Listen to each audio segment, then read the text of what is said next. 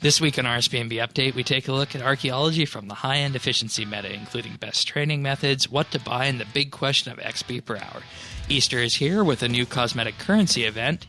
We also have new toys from the core experience team, including depth of field and object highlighting.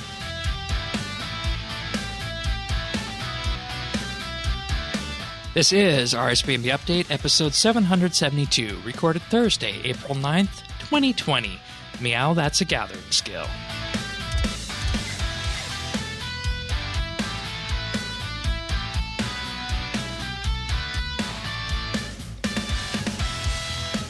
Hello, everybody, and thank you for joining us for another episode of RSBANDB Update. This week, we're back. We're digging archaeology, I guess you could say, because we're doing lots of digging. I feel like that pun's been made way too many times last week, so I shouldn't have made it again, should I? Hey? No, try it one more time, Shane. See if it goes any better this time. No, that's okay. That's quite all right. But yes, as promised, we are going to be discussing the high end of the skill this week. This week we got one of Tanis's friends here joining us, Brew. I think you've been on the podcast or a bit in the past to talk about the efficiency side of the game, so welcome back. Yeah, thank you for having me back, Shane. Yeah. I think what's your RS name? Brew Through, I think it is, right? Yep. Yeah. And you have been in a race to get and go past 99 archaeology, and I think you got that on what? When did you get it? Thursday? Saturday? Sunday. Sunday? Yeah. Okay. I don't know. I thought maybe I'd give you some credit there and say, maybe he wants to say that he was last week. that he was truly the first to get it beyond everybody else, and there was no announcement made for it. But nonetheless, we're going to talk about the high end of archaeology, as in past 70 and beyond. And, we also got some other stuff to talk about this week. We're going to go through that relatively quickly on that. But if you're joining us for the first time, you can find show notes at update.rsbnb.com. And, of course, I'm Shane12088 in game, and Tanis is Tanis79. So, let's begin. It's Easter. And we're going to talk about the Easter event first, because some people don't like this event. They're calling it Grand Theft Coco, and it's a currency event that runs from April 8th to the 15th, and your whole purpose is to collect Easter eggs that are out and around the world to unlock some 3 Easter cosmetics, an Easter outfit, an Easter bunny follower, and some Easter bunny ears. Now, Shane, the way you make that sound is, they're out in the world. No. You're not on a little Easter egg hunt. Some guy walks up beside you, and next thing you know, you're covered in eggs everywhere. Wherever you were clicking, now you're clicking on eggs. Yeah, and, they're imps. They're imps. They appear. You also get what sounds like a bang, an explosive bang, every time they appear. And that's just immersion breaking, I have to say. I don't know. It can get really cluttered really fast. Especially there's really a large group of people. These excavation sites some of them are spread out, but some of them are kind of tight. And with everybody's eggs popping up and nobody grabbing them, it does get a little bit cluttered. Yep. Yeah. And, you have to get 10,000 in total. You have a week to do that. It's really not that hard. I've already completed half of it in, just, a day and a half's worth of playing session on that. So it's not as though it's a monumentous task in order to do. It's just kind of annoying. I guess that's the way I'd say on that front. And I agree. I think that this is what we get when we ask for community events and holiday events without, necessarily having a mini quest behind them. Because, I seem to distinctly remember there being a discussion in the past that people want a community event for all the holidays, even if it's something minor. And lo and behold, this is something minor. It's very minor. It's almost like a currency collecting, but yeah, that's what it is. It's annoying. Yeah, but currency collecting, it just goes in your pouch and stuff. It doesn't, you don't have this extra step like you do now. And I've said it, I mean, I think I say it every year. Honestly, I think we would be fine with just a Christmas and a Halloween. I don't think we need an Easter event. Yeah. Maybe a spring festival or something, but I don't think we need an Easter event. I like Easter events because they're one of the core ones. You know, Easter, Halloween, and Christmas, those are the three main ones. And I think they are needed. What I actually do want to draw attention to is that when you go and talk to the Easter Bunny and you hand your eggs in, that's one thing. But you can also hand them in to the two women who are right next to the Easter Bunny. And that's this event's version of getting mystery boxes.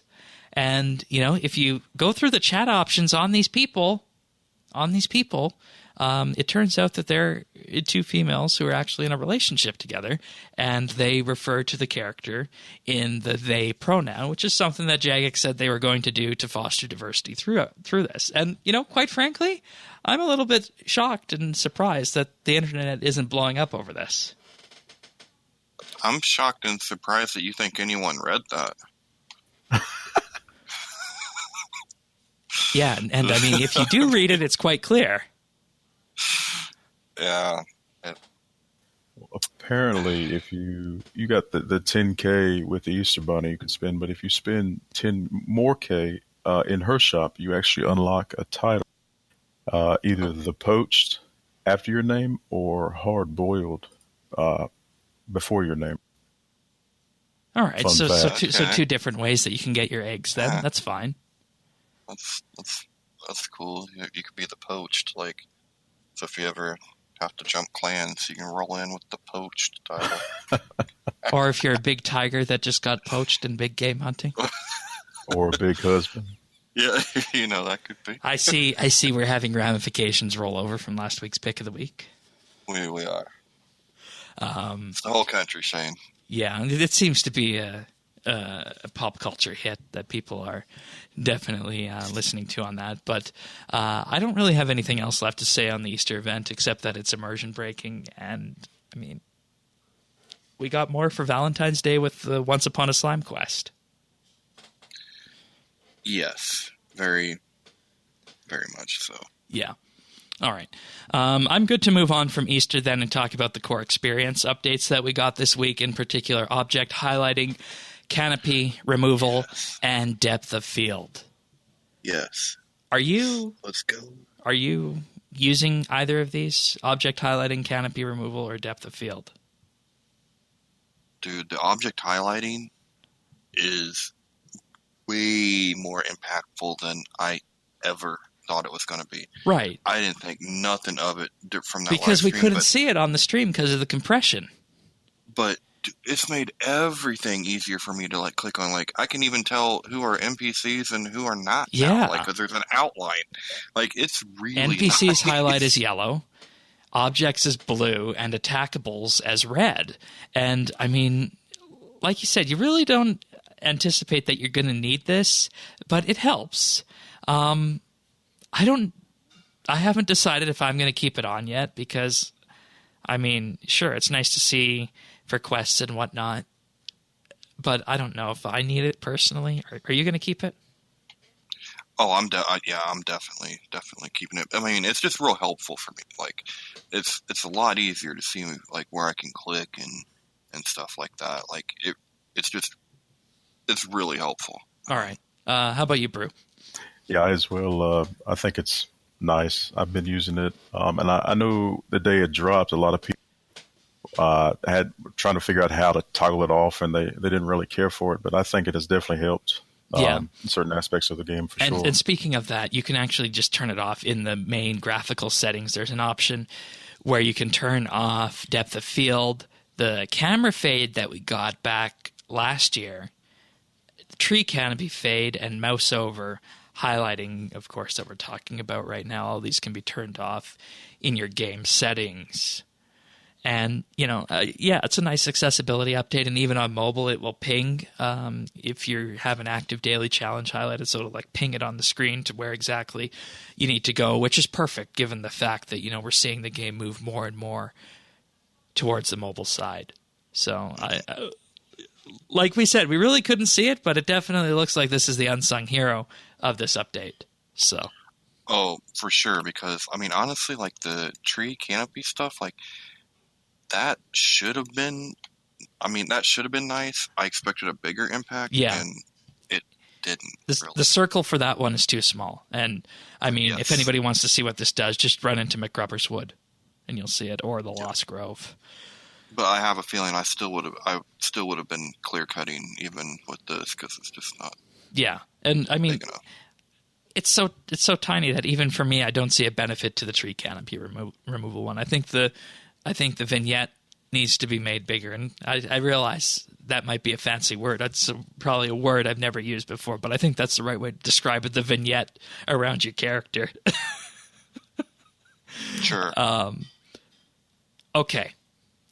So we're not sold on that one yet, but depth of field. Did you turn this one on or no? Well, they were all came on, right? Like, because I didn't have to turn the outline. I didn't have any of them on this week, and my settings don't seem to be able to stick. Oh, that's weird, because like I didn't change anything with my settings, and I have outlining and canopy and all. Okay. All that's on. All right. You might as well came toggled on. Okay, interesting. Maybe I turned them off, and now I'm having settings problems with this. But depth of field just adds a bit of a blur towards the background of objects that are further away. I don't know how exactly they're implementing it, but I mean, I don't care for anything that makes it blurry, right? Like I got it blurs the background without artificial blurriness. Yeah, it's supposed to make it feel like that stuff in the background is further away. For those on the video version, you can see what it looks like on right now. Then if you turn it off, everything in the background just instantly clears up and looks as we've always had it. And I think it's really useful for areas that are new and have a great level of object fidelity to them. And what I mean by that is detail in the far distance. And, of course, what we're talking about here are dig sites like Everlight and, of course, Anachronia. Do you remember last year when Mod Shawnee showed this off, when he was showing off Anachronia? First we saw depth of field. I think it looks better on Anachronia than it looks in the old game world. And it looks better at the new dig sites, too. So I guess that's my sense on it. And it's it's just going to add so much more to the cinematic nature of how RS looks today, and I think that's a good thing. And if your computer can run it, you make the decision on your own if you want to have it on, and you go from there. So I haven't decided yet on depth of field, but I'm definitely a no on the canopy removal, and I'll probably keep the object outlining on. And, these were three of the things we saw from RuneFest. We know they're working on other things, too, like the path prediction. We saw an update not too long ago on that. So that might be something we could also look forward to. And the core experience team, as you can see here, is obviously making huge strides and advancements to just make RS feel like a more modern game, I think. And I think that's what we take away from this, right? Yeah. Yeah. All right. Well, let's get to the meat of the matter that everybody's been wanting then. We got the meat. We talked about Easter. We talked about the new methods of core experience with depth of field and object outlining and canopy removal. But what you guys are probably wondering, and you probably came to this podcast to hear about, is how does archaeology work at the high levels? So we're going to have that discussion. And Brew, you got 99. I know, Tanis, you and I were looking. I said, we got to have someone on who's 99. And as soon as I said that, you knew the right person, and you set this up for this week.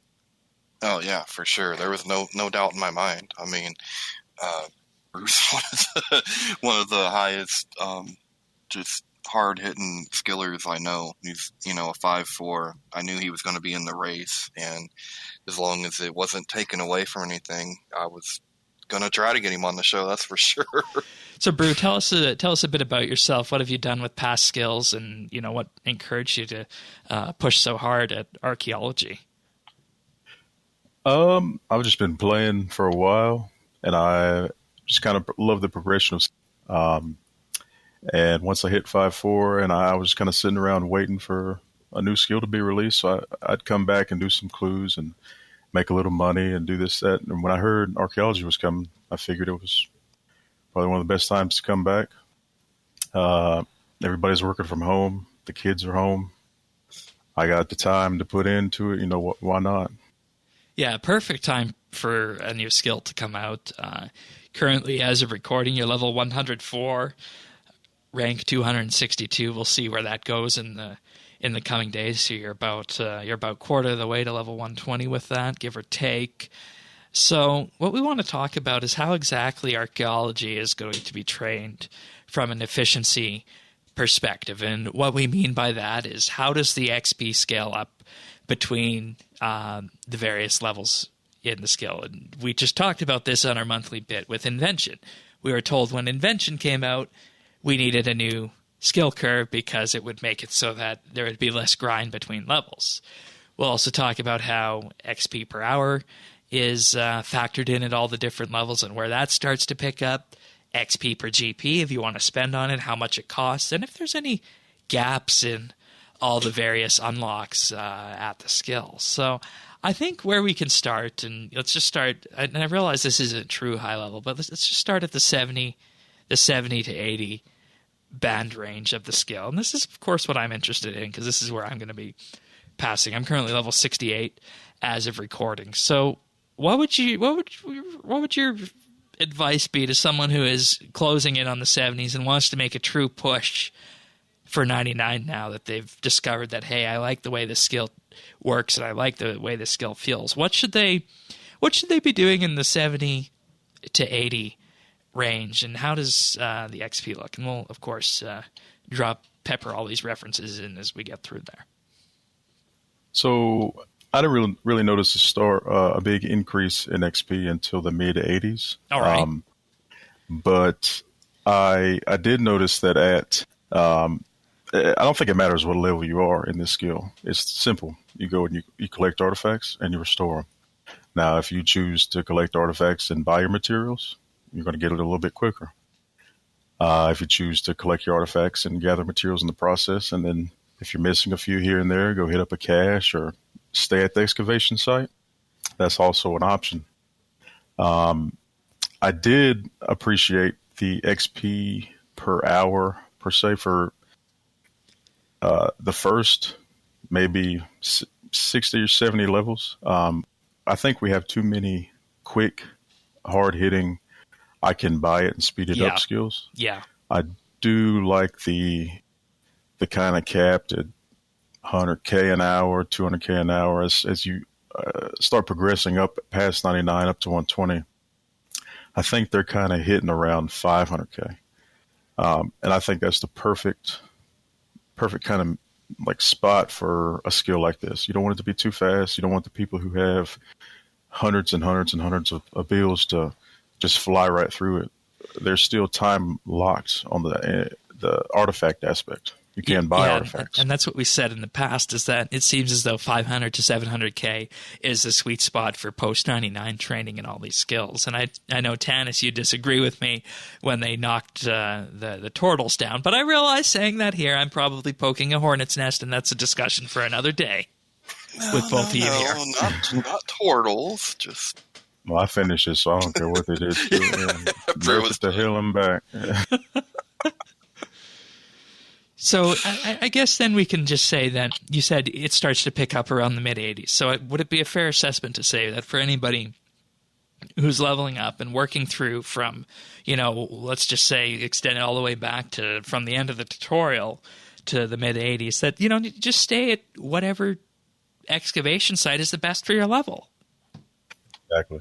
As you unlock a new site, go and excavate there. That's where your best XP per hour is.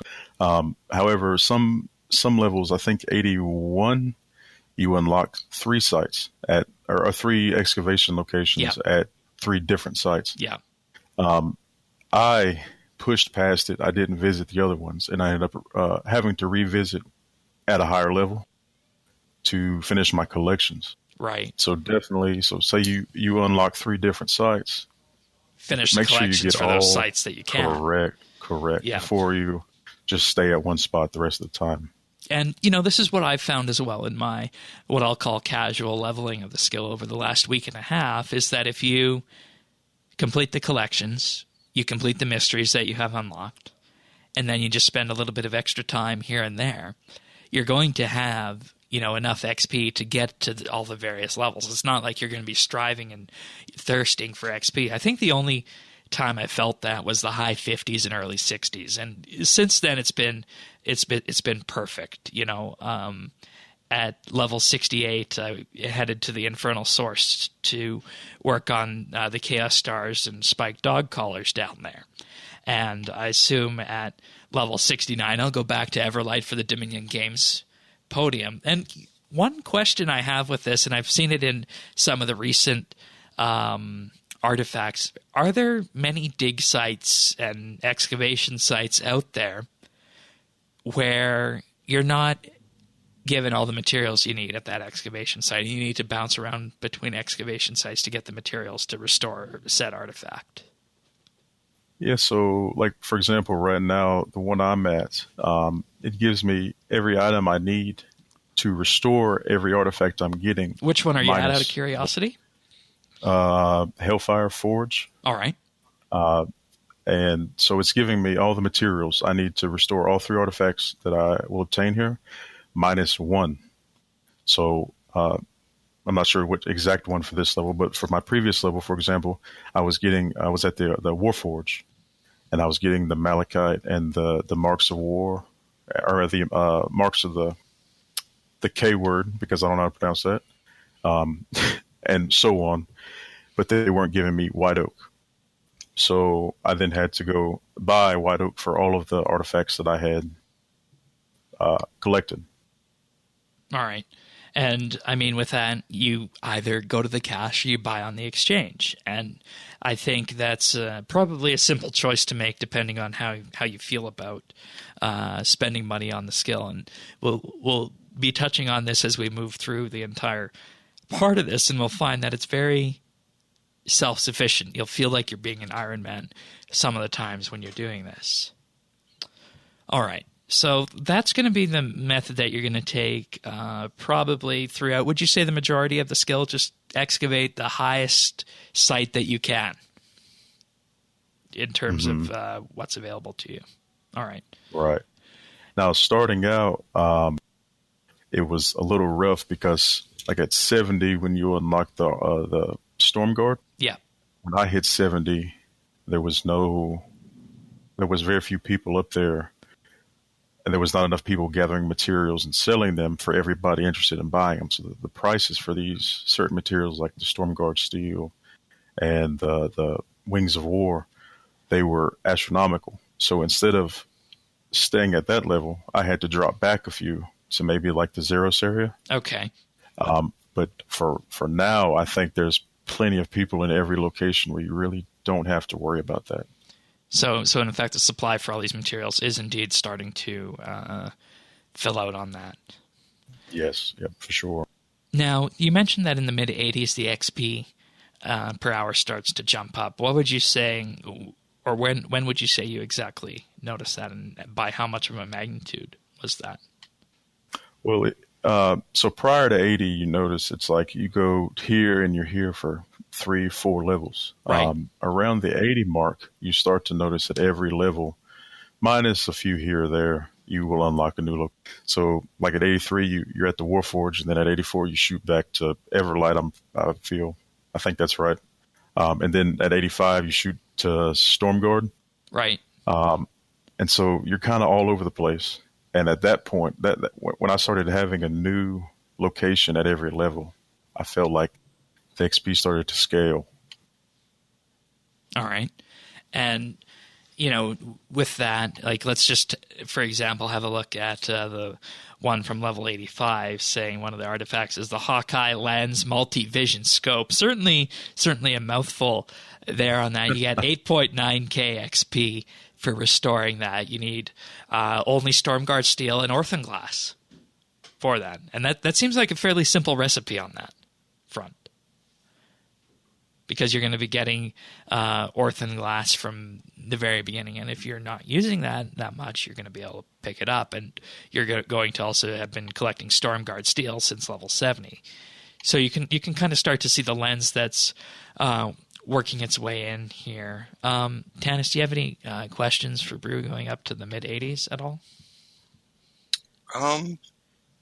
No, not at this point. All right. What would you say was your favorite level range or excavation site in the mid-80s? Let's see. I was really got into the Kiradep place, and there's been a lot of talk whether that's the best all-around spot because the batteries that you get. And you can turn these batteries in for XP, and there's a whole calculator that you can do now and figure out how much XP per battery that you're gathering. And so that adds, a little bit more XP per hour. Yeah, and a fun note on that, when you actually turn your batteries in, you get more if you hand in more batteries at one time.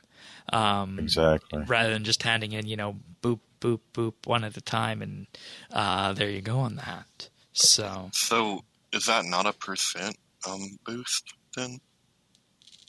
I don't exactly know what it is. Bree, do you know, is it linear in terms of the batteries that you get, or how does that scale up in terms of how much you get?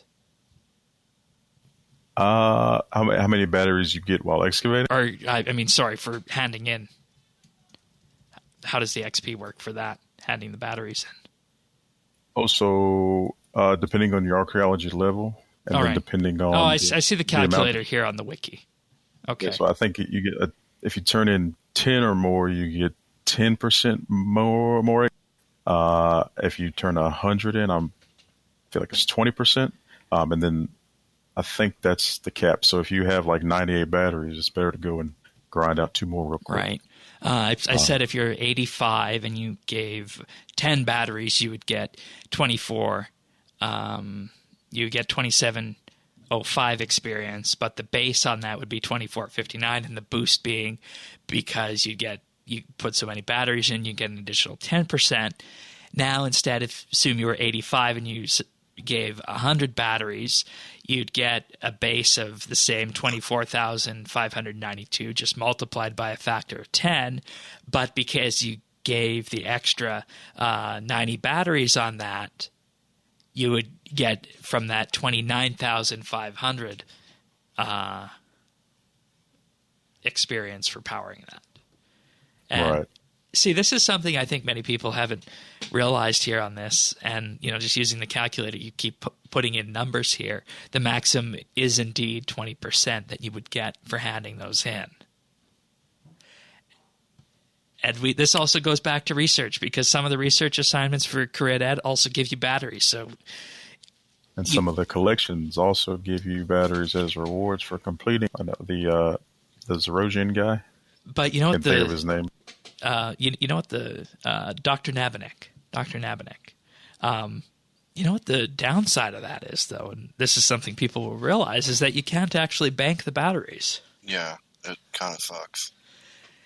Between that and your tomes, that was kind of the rush up to the 99. So your batteries stop at level 98. It doesn't scale past 98. Your tomes, however, do. Ooh. So if you have a stack of batteries at 98, there's no point in holding on to them until I hit 119, because I'll get more. It doesn't work like that. But the tomes, however, do.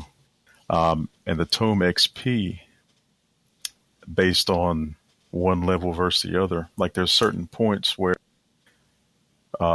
you get one more level and the XP is a whole lot more than previous, or just like the small incremental increase. And so I was holding my tomes and batteries as long as I could in my inventory, and that became a huge struggle. But in the end, it was worth it, because instead of getting, 5K XP, I turned it in for 35K XP. All right, so that's just in general. A tip is, if you're working in Career you give batteries when it's more than 10, or if you're going to be there for the long haul, give it when it's more than 100. So right. That's good, and that's a good tip for training on this band. Yeah, if you can hold on to your tombs, it drives me crazy. I know it's not feasible for a lot of people to just keep them in the inventory, but I mean, this is all I'm doing, so. Right, right. And we'll get to that after. And I'll just make a change in the notes here to move that segment to after we talk about all the various level bands. Is there anything notable in the 90 to 99 range in terms of excavation sites or the way XP jumps? I think it was pretty much between the 86 to about 97 is when they were kind of stagnant around 150 to 200K, at least for me. At 97, I noticed a giant increase, and to the point now, I think I'm getting roughly 325, 350 following Sprite and not gathering any extra material and buying my material. I'm getting roughly 325, 350K an hour. All right. So that's about 200K or so in the 86 to 97 range, and then 350K beyond 99 and 98 with that. What would you say the XP per hour is below 87 in the 80s? I wasn't really testing it, so I couldn't give you a definite answer. But the easy way to figure out your XP per hour is to kind of glance at how many artifacts you gather per hour, and then multiply that by the amount of artifacts or XP, and then add your excavation XP, and that kind of give you a little rough XP per hour. Yeah, a bit of a back of the envelope calculation on that. Exactly. And if you are gathering your material, of course, you have to throw that in. There's a lot of if, ands, and buts to throw into it. Yeah, it's certainly more involved than woodcutting or divination in that regard, because we mentioned last week on the podcast talking about the core game loop of this. This is a circular train where you can get off or get on wherever you want with it, and exactly. You can buy the materials, you can go back to a material cache and pick them up, or you can just stay at the excavation site, which would increase the amount of XP you get from excavating. So there's so many, like you said, if, ands, and buts with this that I think this is the diversity that we're seeing with the skill that everybody absolutely loves with this, that even the JMods were talking about when they were producing it. So before we jump to the high-end, north of 99-bit, I want to talk about the matics that you use throughout all of these. And we need to, make this abundantly clear for people, is that when you hit 60, you pretty much want a dragon matic, right?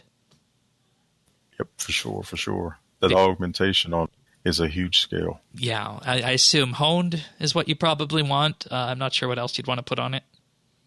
Yep, as high of honed as you can. I know a lot of people rushing the XP where money isn't an issue are using furnace. The higher furnace 3 and 4 are a little bit too much GP per hour or GP per XP for me, and it didn't really seem worth. So I swapped out furnace for Imsold, which can bank items, right? Right, at the cost of prayer points, and with the little ancient elven ritual shard, you pop that every 5 minutes and don't have to worry about prayer. So it's kind of just extending the life of your porters. Neat. And one, I guess, question that comes off of that, with the furnace perk, if you're using that, does that just eat up materials, or can it eat up artifact too for XP? No, it's just materials. Okay, good. I was a bit worried about that. Yeah. All right, good to know. And the reason, of course, you want to go for Dragon is because you'll take a penalty in terms of the stats, in terms of the precision, and what's the other mechanic of the matic? I forget its name. Focus. Precision and focus on it if you go with the smithed ones. So you definitely want to go at 60 for the Dragon matic and at 70 for the crystals. And then you can go for Imcando at 80, but crystal, you said, was supposed to be good until 90? Technically, yes. It's good up until 90. So when you unlock the Warforged, you can start getting your Imcando pieces. But it's deep inside the Warforged to the point where you need 83 to get past the barrier to get into the main dig site. Right. And then you need 80... they originally thought it was 89 for the final key, and they found out later that you could actually get it from the material caches up north. Oh, wow. Okay. So technically, you can get the Mcando as early as 81 with a boost.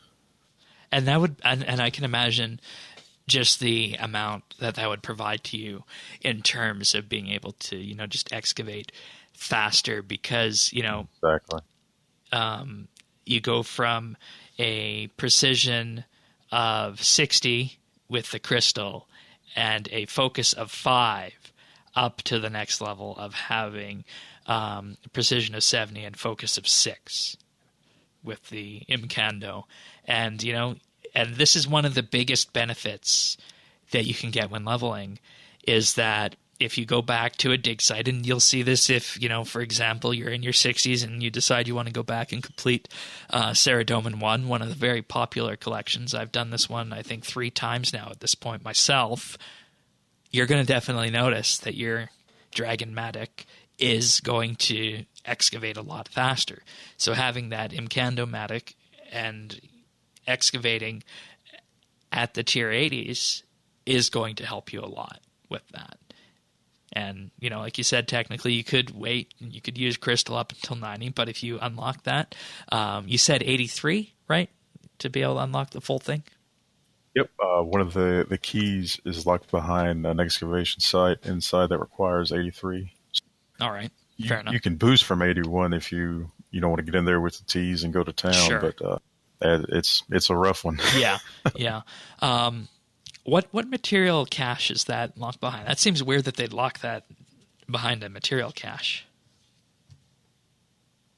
All right, we'll get our data people to sort that out, and we'll make a mention of that in the complete show notes, which you can find at update.rsbnb.com. And then 90, you keep using that in Mcando, and all the way to 99, you can use a Matic of space and time, which is formed the same way that you make the pickaxe of Earth and Song, Crystal Matic, Mcando Matic, and an energized meteorite shard, whatever the hell that is. I don't know where you get that from. Apparently, the Archaeology Guild shop for 250,000 Chronos. Look at what we got ahead of us, Tanis, here. It's a steep one. But yeah, you'll learn about what it is. Once you buy it, they will not let you use it. You have to actually do a research mission. Oh, good. Your researchers will come back with all of the data you need to know. I'll leave that one to you to find out.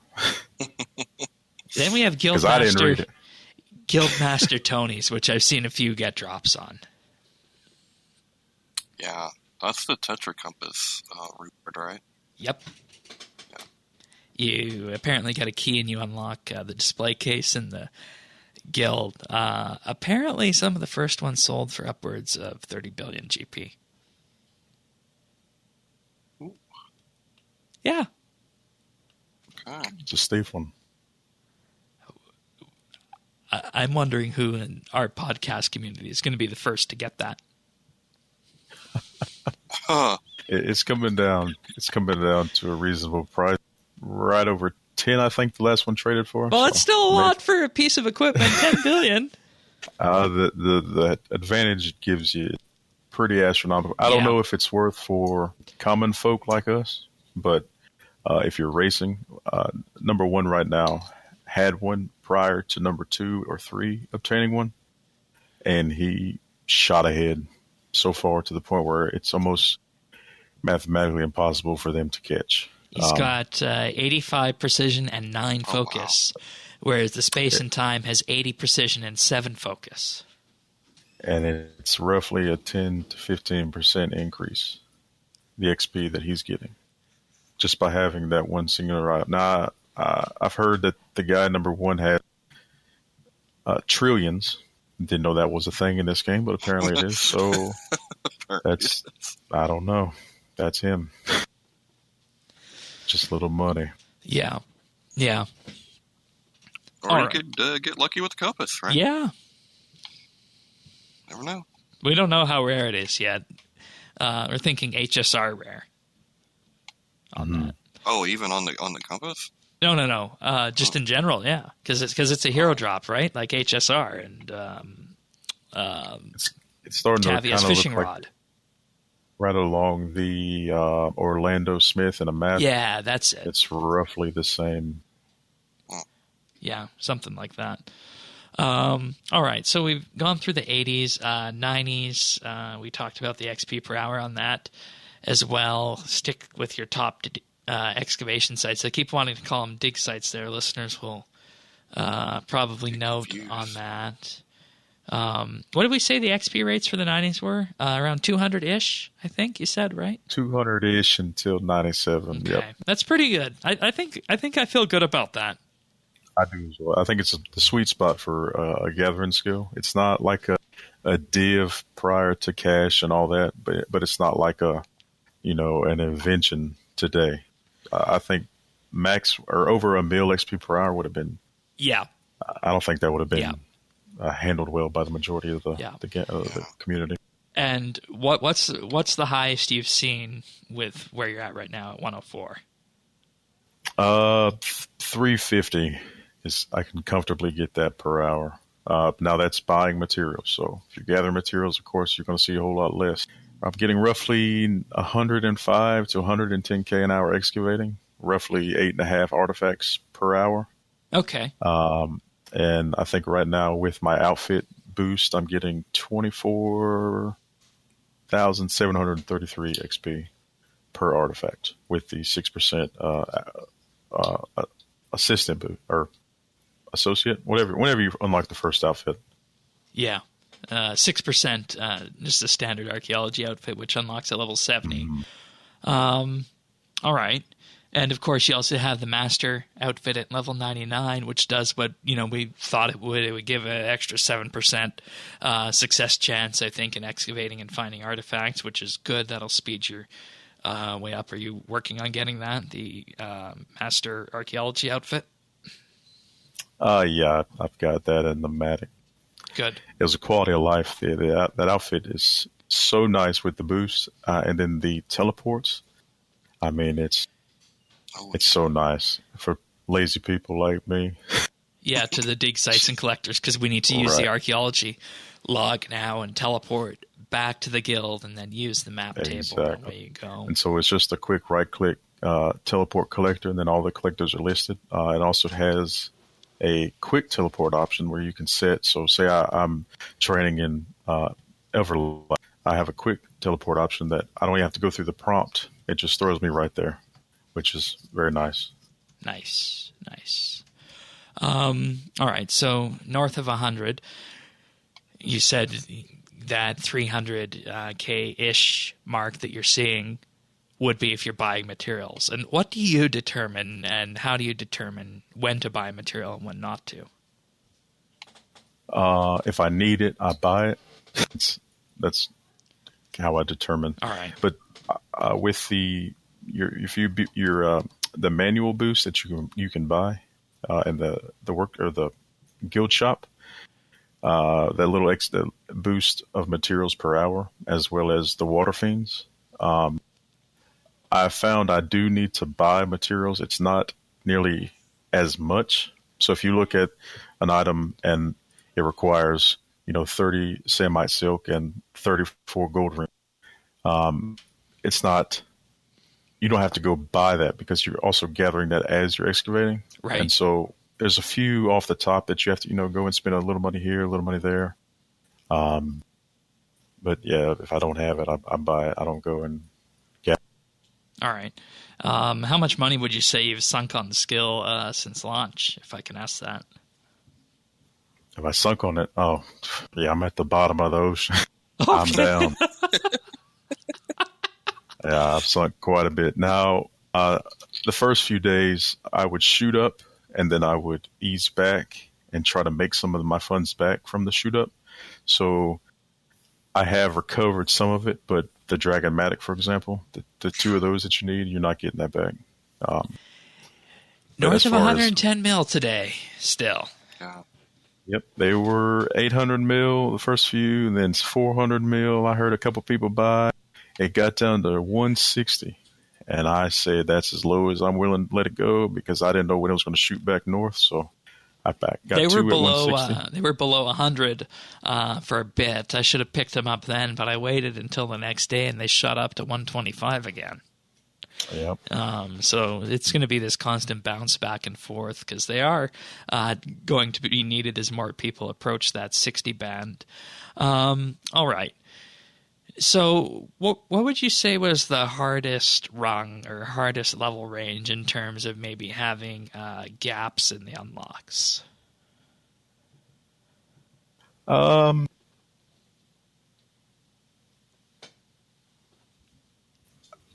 I couldn't tell you, to be honest with you. Are you talking about like the guild the shop unlocks? Well, there's the shop unlocks, and then I guess Like rewards gaps between archaeology excavation sites or just Oh, new sites, things yeah, that don't sites. get unlocked in skill. Yeah. Yeah, so I noticed, at the lower levels where they were, huge gaps, and you would go and camp there, and for the first level or two, it seemed like it was great, and then you would start getting, 5K more XP per level, 10K more XP per level, and you were still at that same spot, giving, 3K per artifact, and you could kind of tell in that last level how slow it was, and I've noticed a lot of people are boosting with the T. So say at level 81, you unlock a place, and you don't unlock another place until 83. At 82, people would boost and go to the 83 spot, just to increase their XP per hour. I personally never did that. Yeah, that seems like that'd be an expensive endeavor. Correct. Yep. I also want to just note here that in terms of things, if you're looking to increase archaeology skill on that, the Ring of Whispers gives a +3 invisible boost to gathering skills, archaeology included, from Sliske's endgame. So there's that as an option as well. Good old Whispers. Yeah. So it's a question. Gatherer's best friend. I mean, do you want to use that, or do you want to go for the Saren Spirits with Grace of the Elves?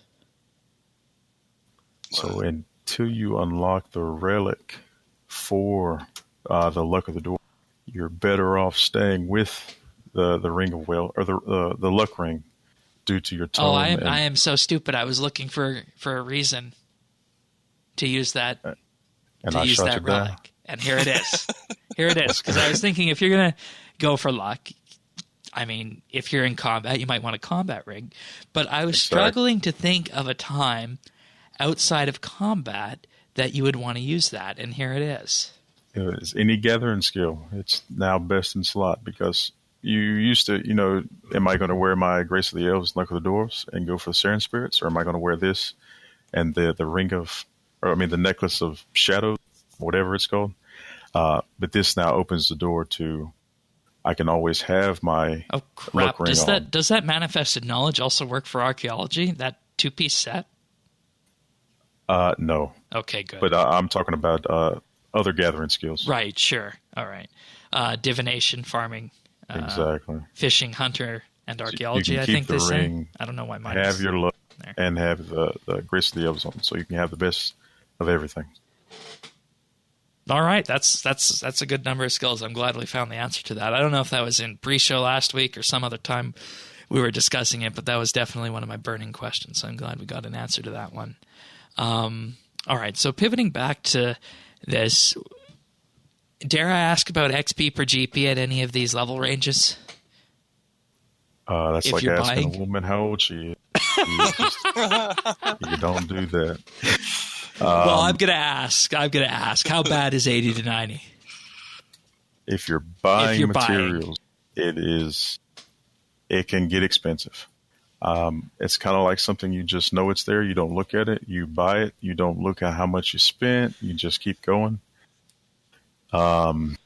It's up there. It's definitely one of the most expensive skills, of course, because it's just come out. The prices are inflated. But it's mighty expensive. Some relics I have spent artifacts, I've spent upwards of $1 million on one artifact. So it's up there. And this is what you were talking about, Tanis, the race with the live streamers and all the famous people on top. They were running into this problem because the amount of money they would have had to spend in the early race, it was more economical for them to go out and gather these materials on their own. Yeah, I figured you'd be all excited, Shane, because I figured this is like the only time I've ever seen a trickle-down economy actually work, because they just don't care how much money they're spending, so everybody gets a little piece, But not realistic, I don't think. RuneScape is good for their trickle-down economy stuff. We will give them that.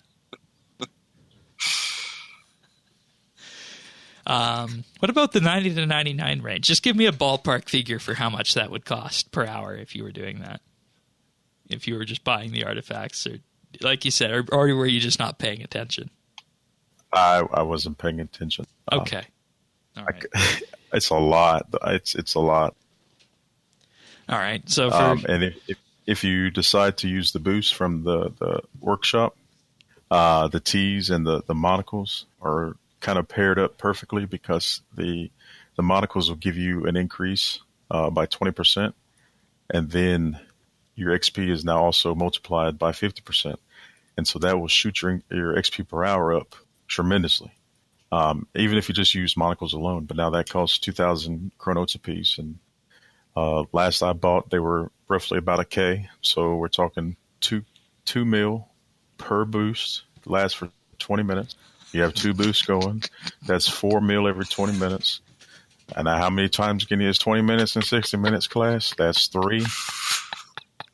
This is extremely expensive. I use it up to 99. I cannot continue to afford it right now. The prices are dropping. Overnight, they, I think, plummeted to like $950. I think now they're around 800. So I think the bots got wind of the Zeros1 log, and I've just been spending.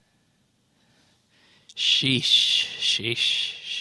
And that's in boost, Shane. That's not your materials. They don't give you materials for coming in with the T's and the. I know. 12 mil an hour and soul. And boosts, yeah. And boost, yeah. Alrighty, listeners, there you go. If anybody is deluded enough who is listening to think that you're going to do this on a less than billion GP cash stack, have fun. I know there's a few out there listening right now. But I think the next place I want to go with this, since we talked about XP per hours, and just the fact that it's just such a nice skill in terms of moving you between all the levels and ensuring that you're always getting the best XP and GP per hour. And there's very few excavation sites out there I've found where you don't get the materials that you need. So that's just a perfect thing to be doing. And combining that with mysteries and collections, it's just so full. And that goes into what we talked about last week, how it's really that showroom finish kind of skill on that front. And I think the next thing we need to talk about is archaeology, a money-making skill. I mean, the answer from this is yes, but the question is, would you want to do that instead of actually training and getting XP? Well, that's a choice, right? But there's so many ways in archaeology, and it's constant. I mean, obviously, we're only 2 weeks in, so it's changing a lot. But even when it all settles, you're going to have a lot of choice in how you want to make GP. Mats will still be worth money, but it's going to be worth more money depending on the level-based majority of people. Yeah. And so it's real dependent on that. For me, that tells me that the way that the people work, most people, in the first 6 months of the skill, you guys aren't going to believe this listening to this, but most people, if you look at the entire RuneScape community as an average, will hover in the 50 to 60 range. And high level for the first 6 months will be in the 70 range. That's just the way it works with new skill launches. So my sense is that the materials in the 60 to 70 range will be really good to farm, as well as the ones that you need to power the tetra compasses. So that's all the different colors. So the malachite green, the armadillion yellow, the cadmium red, the cobalt blue, and I'm forgetting the name of the purple one. Turian purple. There we are. Beautiful thing about this skill is I really appreciate you never outgrow a material. So the same ones that you're using for, say, level 20 when you're in the Infernal Source is the same materials that you're also using at level 118 to, you know, redo, like, I think it's the Cholula stones or whatever for at level 118 for all that XP. Oh, wow. It's the same material. So you're at level 118, you're still using white oak, you're still using gold rune, you're still using orthonglass. It's the same materials. Now, the only difference is, of course, the amount. But I do appreciate that the materials go along with the skill rather than everybody's done with level 50 and below. So Samite Silk costs nothing now. Right. Right. You can look at you still use Samite Silk at level 118 right there. So, and this is why archaeology is a gathering skill, because someone who is just starting out can go gather these and sell them to someone who is level 118. Exactly. Yeah. And on release, the material caches, a few people I've been talking to, the material caches at lower levels, the XP was greater than actually excavating and renewing artifacts. You know, I actually noticed that when I was in the 20s. I went to go check out a material cache, and I thought to myself, this feels faster than excavating. Can it be? It is. And I think it's mainly because, of course, you're getting XP the entire time rather than 1 XP here and there and then a giant boost. But you didn't have as much competition because people didn't know what to do. Now, material caches are World 84 Combat Academy. You will get spit on. You will get harassed. Yeah. Heaven forbid you're a main account. Do not talk. Do not let the Iron Men know. Sorry for Iron Men listeners, but they have been extremely toxic, apparently, to the mainscapers. And that was like one of the very few problems I think the skill has dealt with was the material caches being a competitive source and then having the misfortune of those DOS attacks before the skill dropped. So now you had people that were getting locked out of the game because they had to jump around to try to find an open cache. And that... Well, joke's on them. It's actually faster to wait for the cache to respawn. Right, but it sucks if it happened to you, right? Yeah, because they were 6-hour lockouts. Yeah. So, but see, that's just one. See, that's what I think is what's so great about archaeology. That's just one aspect of money making, right? You could make money through ancient summoning if you want to be making water fiends and stuff. You can make money collecting. Well, I don't know. It's lower now, but you can still collect like those the blueprint pages, right, Bruce? Yeah. There's so many different areas of money making within this skill. Yeah, water familiars. Let's see what those are going for right now, because that's probably also something we didn't mention is that once you unlock those, or if you're willing to purchase them, you're going to want one of those familiars out because they have a chance of doubling artifacts and materials. Yeah, at all times. You want to put out. And even if you're buying them, you will get your money back plus some with the materials you gather from the water fiend itself. So there's really no reason not to be using one. They pay for themselves, and then the chance that the artifact can be doubled. I mean, it's a win-win situation at that point. I think they're roughly around 120 right now. But I've had mine right now, for example, up for 18 minutes, and I have 12 items in it. So even if they sold for, 10K a piece, I made my money back. It's 12 minutes in, or 18 minutes in, excuse me. Yeah, and another knock-on effect we're seeing with this is that divination energy and the porters are also shooting up because of this, because people want to use their porters with this skill, and previously it was okay, they're good to use, but there are just so many of those sites out there that are far away from a deposit stand that you probably want to be using a porter. So there's that as well. I heeded JX's warning to need porter charges, so I was able to scoop them up prior to release when they were still a Nice. I have a nice stack sitting in the bank. So how many did you pick up? I made roughly 750,000 charges. So hopefully we'll never have to make them again. All right, fair enough. Fair enough. But yeah, material caches too. Like they said, it's basically woodcutting in terms of how they work.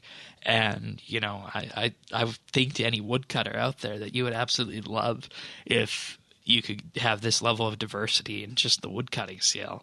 And we got that here as one, plank of archaeology here with that. So that's nice as well.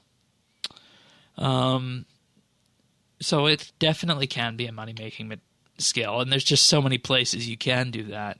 That is just a matter of looking for them. It can be the materials, it can be the water fans, it can be the tetra compasses, I think.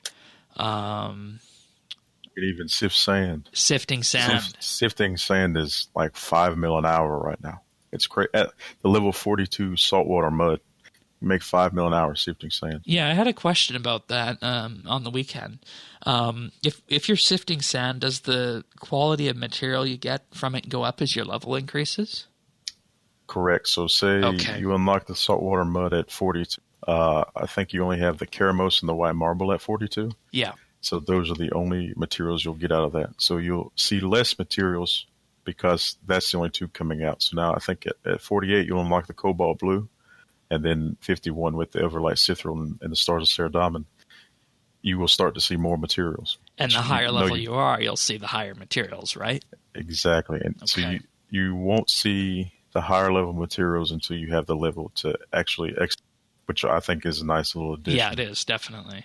Because, in theory, that'd be a way of saying, hey, let's cheat and get around this. You can just get these materials by doing the sand. All right. And I guess I can ask you this right now. I was going to ask it later in the miscellaneous section. Do you use a soil screener? Of course. Okay. I hit 70. I didn't go back until I went. It is a necessity, I feel. That soil box is horrid. Yeah, because it only stores up to 100, and then you got to go back and spend a few minutes sifting it. So, and when you unlock the associate, I think it is, to get the screener, make sure I've heard a few people spent the chronotes and bought the soil box upgrade as well. The soil box upgrade, it kind of goes to the wind when you get that screener, so you don't really need to spend those extra chronotes on the upgrade. Makes sense. All right. Let's talk about tetra compass farming, because this is something I was theory crafting on my own with this. I thought, tetra compasses have the chance of giving you something rare. Tetra compasses have the chance of giving you rare materials.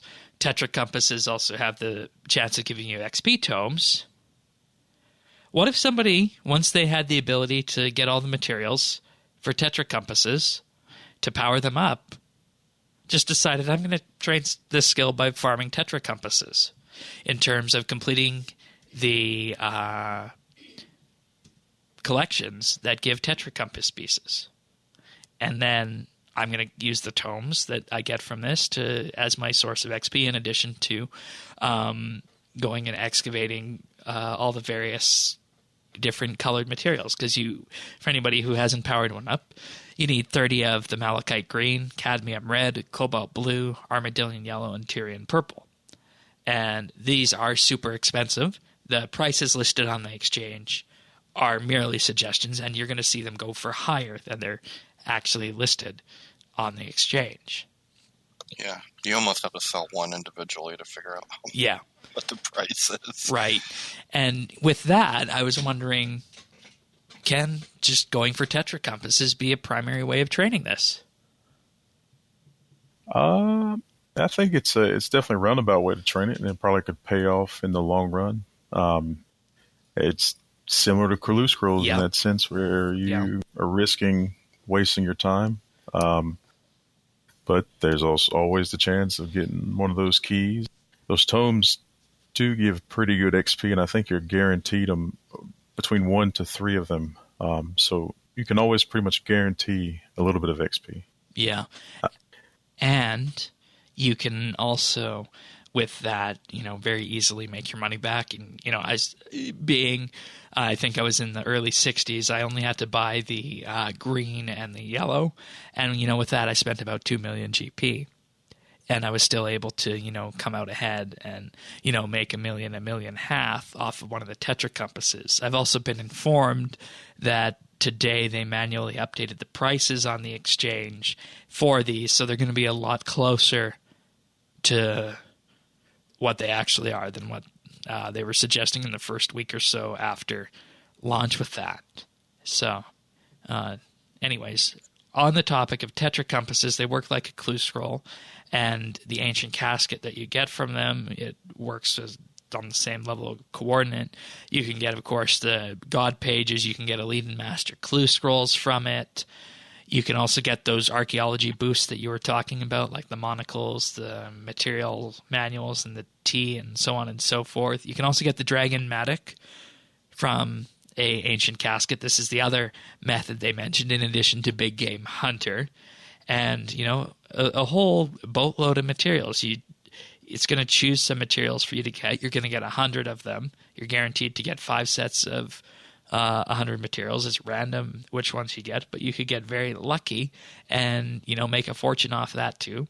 You can also get artifacts, and, there is no level guideline on this, so you might get artifacts that you can't complete until, level 110 plus. I know someone in Clan Quest said they did one of these compasses and they got an artifact that they can't complete until they're level 118. So there might be that side of it too as well.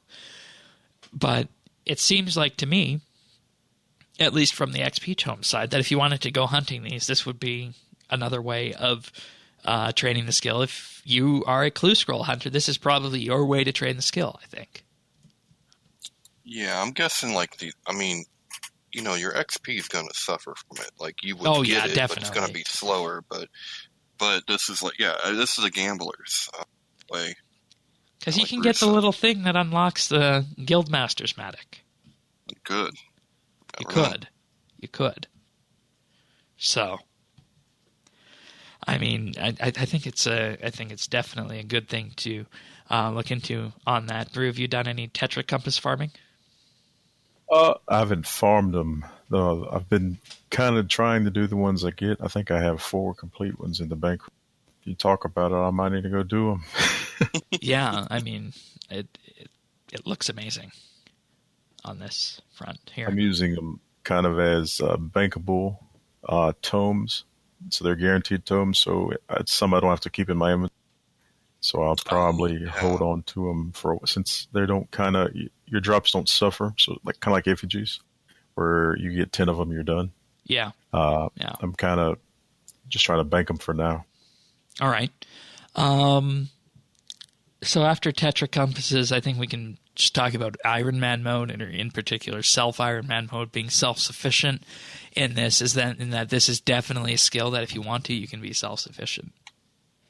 And it's going to be easy to do that, I think. Oh, easily. And and honestly, I don't think it feels that much grindier. Because I haven't bought any materials. That's not saying much. I'm not real high level or anything, but and you're not rolling in the dough. And I'm definitely not that. But I haven't felt like I was grinding really all that much. So, and you get most of them, and then go hit up a cache for like a half hour, and you're good. You're on your way. Yeah. Yeah, I think y'all are familiar with Rostafa, the Iron Man. I spoke with him about it. I think he's 95. He's in the mid-90s. And that's what he was kind of saying, how you go and you mine until you got enough artifacts. You go figure out what you can make, and then you loop back around and go maybe hit up a cache. Maybe you got enough XP to move on to the next one. So he's definitely enjoying it as well. I feel like, at least when I spoke to him, it felt like he was enjoying it, and it didn't feel like it was as big of a grind as I feel some people are making it out to be. Yeah. All right. So I think I just want to touch briefly on here. We have already, of course, talked about the water fan side of it. Ancient Summoning is something you unlock at level 68. That's potentially a money-making avenue as well with it, but there's many other great benefits through doing that, including the Gargoyle Familiar. That'll give you a plus 12 invisible mining boost if you want to do that. Invention. So you can AFK mine again, huh? Yeah, exactly. Not exactly. a problem? All right. Way to go. Invention-wise, you mentioned the Imsul perk on this, and that's one I've definitely heard talked about with this. Have you? And I don't know if anybody's actually doing this yet. If anybody's actually making the material crates that you can sell the materials for. Yeah. Yeah. The prices are astronomical. Yeah, we heard our friends talking about it last night. All right, and what's the verdict on that? There's 4 of them. Yeah. And one of them is the ticket, the classic, which is needed for a lot of the craft of the gizmos themselves. The classics, I think they were selling them, the small crate of 100, they were selling for upwards of 45 mil last night. Now, if you get to the historic and the time ones, I mean, you can get a large crate of them for 500K. But you also get 20 of those every time you have a chance to get 20 of those every time you disassemble a completed artifact. So I think the classic ones are definitely the sought after. Good and it shows. Good to know. It shows. And, I mean, this is something that was, I think, glossed over when we were talking about the release of this, and because we didn't exactly know what these were going to be used for, and nobody really grasped the gravity of what it would mean to have these sellable on the Grand Exchange. So there we have it. And well, there was very few people up there in the clouds to. Oh yeah, they didn't really want to say much on that, because you're right. The classic ones are for the enhanced, the ancient gizmo shells, the tool shell, and the weapon shell, as well as the enhanced Rotomatic, the enhanced Hammertron, the enhanced Pyromatic, and the XP capacitor as well. And, this is something we didn't really talk about last week, is that the enhanced fishing Rotomatic makes it work like a level 90. So when you disassemble that, you'll be getting more XP on it. Nice. For invention. Yeah. It feels like it's the skill invention could have been. No, not really. Not really, but still, a little bit. It's just adding that extra little bit onto invention, I think. Yeah. All right. Tanis, you have anything else you want to pick Brew's mind about here that would be beneficial for the show? I think I've taken our listeners on a ride through high-level archaeology without them going there. Yeah. No, I mean, we've talked about it, and that's why I wanted Brew to be on this show, just because I knew he knew how to do this higher level stuff, and with me down here in Scrubville at high 60s, I guess what am I? Yeah, and 68. I did not have those answers. And I think summing it up, it comes down to use the best excavation site you can. And if you have the money, buy the materials that will top you off. Or if you don't, just go to the material cache to finish it off in terms of that. And, complete the collections and mysteries as you level up that you have available to you. And combining that with special research, you're going to get a good amount of XP. And it's not going to really feel like a grind, I think, in most cases on that. And that's good. And this is what we largely anticipated last week. So I'm pleased that has held up even through the higher levels. Yeah. And even use the highest level Matic you can. And if you can't afford it, take a day or two. Find a way. Make money. There's plenty of ways of doing that. Like, I don't have a Dragon Matic yet, but I'm sure we'll change that soon. But there's so many ways to make money off of the skill that there's, it's not that bad. Ancient summoning, material caches, tetra compasses. Oh man, yeah. Materials Lots themselves. Yeah, materials. Hell, even if you wanted to, sifting sand. Go farm divine energy. Make porters. Oh, well, yeah. Diamond necklaces. Porters are huge right now. Yeah. I don't know. Maybe let's see. Unchecked. I think cows are going. Flavored cows are still down. I mean, and I should clarify by porters, I mean make the constituents for porters, because you obviously can't make porters and sell them. I mean, take the energy, make the necklaces, and do it that way. And, I got a message from Trekkie this week. You remember when we talked about the crafting I wondered, effect? Dude, how many times I thought about crafting Trekkie he doesn't do diamond, but holy crap, this is the week to be one of those gold crafters like that. This guy's been making jewelry since 2005, and it just now paid off. Like at the gold mine. My dragon scale dust also paid off today. Nice. Weapon Poison 3s are selling for 10K plus earlier. Wow. Yeah. I'm surprised you didn't capitalize off the shiny cows. I didn't have a breeding set, and I still don't, and I'm still waiting for one person's cow who is listening, Tim, to make something happen here. So, no shiny cows yet, but apparently the sets of the colored ones were going for $5 million. Oh, after they changed it, yeah. Yeah, that's cheaper. Or $1 million each.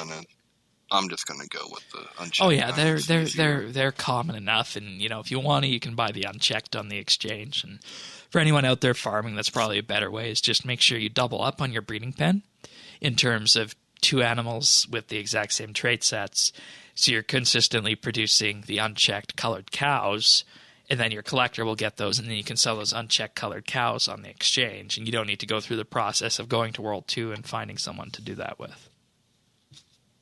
Cool. All right, let's move on to the patch notes then this week, because there are archaeology-themed patch notes in terms of just making some light changes to it. Nothing really that out there, so that's good. 1,500%. Yeah, buffs. No invention buffs or nerfs, so that's good. That's good. Starting off, inspecting a damaged or restored artifact and filling or inspecting a soil box will no longer interrupt your current action, allowing you to continue excavating uninterrupted. That's nice. Nice. Yeah, and you could do this before if you put your soil box on your action bar. Yep. You can now use either a Harlequin cow or one of the vanilla, strawberry, and chocolate cows for that archaeology mystery. A tick mark has been added to the archaeology information screen to show if you previously completed any of the associated collections, which is nice at a glance, so you don't need to go into them. Oh, that's good. Yeah. Yeah. The chance of receiving an artifact from research has been increased. Dr. Nabanek's Third Age Expert Researcher perk has been modified to guarantee an artifact after researching 2 hours or more, down from 8 hours or more. The Dwarven Instinct aura will now spawn magical chests after you've earned XP in Archaeology. An Armadillion Yellow material cache at the Stormguard Citadel has been moved to make it slightly more accessible. Different styles of Redacted can now be used for the Capricorn portion of the Contract Clause mystery. With that, we'll leave that to what it is, because that is kind of a little mini questy kind of thing. The Slayer and Boss collection logs will now open correctly when accessed by the Slayer counter. And now there's a bunch of hot fixes that they fixed prior to the Monday game update. They include fixing an issue where ports voyages were being set to a negative duration while claiming research rewards. Fixed an issue where the player-owned farm trapper was not returning. Fixed an issue that allowed the players to gain pulse score level boost in Archaeology from the Desert Pantheon aura. This has now been locked behind the skill amnesty period, and of course you don't want to be buffing Archaeology levels willy-nilly during this period. Fixed an issue that allowed the Waterfan familiar to be summoned for a longer duration than intended. People were probably happy about that, given how expensive they are. Mm-hmm. And here's a kicker. Summoning pets will no longer run away if they're following you when you log out. Oh, that's good. Yeah, could you imagine if you had one of those new shiny Ripper Demons? And they are going to be nerfing the Ripper Demon down a bit because it's too powerful. Here's one for our favorite quest series. A bookshelf on the Archaeology Guild campus that was used to start the Elemental Workshop 2 quest had been lost during renovations. This has been replaced, so it's now possible to start the quest. What's your favorite quest? Favorite quest series. One of them. Fixed an issue where players couldn't fletch back criminal bolts if they already had some in their inventory. And using the font of life from your inventory will now correctly bypass the archaeology tutorial, so you could skip that part if you wanted to. Then we got some graphical changes for Yak Track, including stopping the Twilight Pegasus pet from turning invisible in wardrobe view, adjusted the Stargazer's goggles to fit female character models better, adjusted the Yak Track image on the upgrades and extras interface, and the Equiscape has been reforged with the gold medal shown on the reward image. Then they put the core experience updates that we mentioned earlier in the patch notes as well, so we'll leave that as is. Then a couple of other little patch notes here and there, rounding them out, including Arcane Blood Mage polycolors are now shown on the male character head when textures are turned off. The ninjas have had a word with Eagle, and the ceremonial sword plans will no longer retain the progress of previous plans. The first plan you receive after this update may still have some leftovers in it, but every other one should be brand new. If you attempt to claim a prize on Treasure Hunter and the promo changes, they will now be able to claim their original prize instead of being given a new one. And the first shop interface has been modernized on mobile, and the spotted cape has been re-added to the store.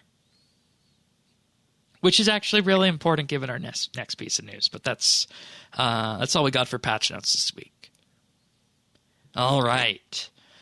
Brew, are you an iPhone user or an Android user? I'm an iPhone user. Oh, so you're left out in the cold too with this update. Oh, no, I use a remote desktop, so I'm just as good as everybody. All right, fair enough. Fair enough. I found a way around it. Sticking with the best, you know.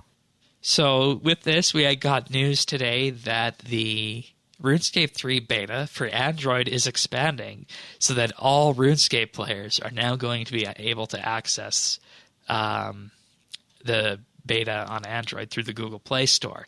So that means that both free-to-play players and members can get their hands on this starting today. All you need to do is download it from the Google Play Store. And if you play during this period, you will get access to the Mobile Founders Pack. But that's not all. That's not all, Tennis. That's not all. Mm-hmm. They do have some news on iOS.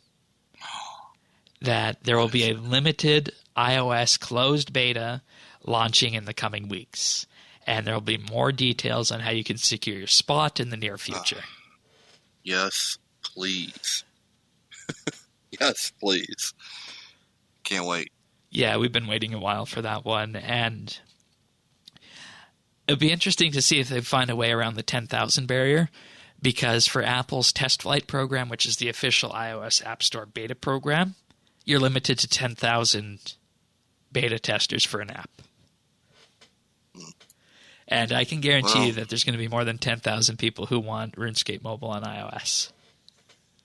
I would imagine. And I'm not even jumping up and down for it because I want to play it on iOS. I'm doing it because I want to see how it feels, the experience. Because my only experience playing RuneScape Mobile thus far has been at RuneFest. Yeah, and I'm really, really curious because I use things on my phone for accessibility, and I want to see how that's going to interact. Like to see if you can use your Siri text-to-speech with it? Well, and just my I have this function where if I touch something, it tells me. So like a tap for me is a double tap. Like everything is a double tap. Because if I just touch it once, it tells me what I'm touching. Right. So, so for example, if you touch the messages icon, it will say... It'll read it, yeah. Okay, got it. I don't know. Being a rendered game, I don't think I would say that it probably wouldn't do that. But we could be wrong on that. My guess is you're probably right because it's never worked on anything like that before. But you never know. And And other things do sometimes work. Like, iOS does have a built-in magnifier. I think it's like if you tap with 3 fingers, it'll magnify, pop that up. There's a bunch of accessibility stuff when it comes to your phone. So I'm really, really curious to see which things are going to work and which I'm things wanting to won't. see how it works on the tablet. Yeah. Because, we've been saying for a long time that, it seems like a tablet or an iPad would probably be one of the best platforms to play RS on. Well, and that's definitely what I will be like when I finally have mobile. That's what I'll probably be playing on. But that's also the only tablet we have in the house, right? So, yeah, Good luck with that. I know, right? Yeah, it'll be my daughter. She's going to be the one that's not happy about it. Oh. All right. Well, Android users can keep their eyes out and sign up for that, and we'll be keeping our eyes peeled as iOS users to see what happens too in the future on this. All right. And with this, we also have a message this week from Mod Pips in relation to what Jagex's plans are. And, he says, we can all play a part together. And this is a message from the CEO on this. And I'm actually just going to play this on the podcast because it's only a minute and 43 long. So we can definitely do that. And I think it's important to hear from the CEO on this. So let's have a listen. Hey there, Scapers. Even though we've now got coronavirus putting real-world socialising off limits, we don't need to be alone. Because living games like RuneScape and Old School offer a place for people to play and socialise together, and that can be a comfort when facing the challenges of isolation or social distancing. So everyone at Jagex is working hard from home to ensure that RuneScape and Old School continue to offer those incredibly social and immersive experiences that you love. And as importantly, we're making sure we're there for each other, supporting one another in this challenging time. And from this, we'll be able to make sure the worlds you love remain open and offer that familiar escape from the worries of the day. So that community spirit between all of us here at Jagex and all of you playing at home is really important to us.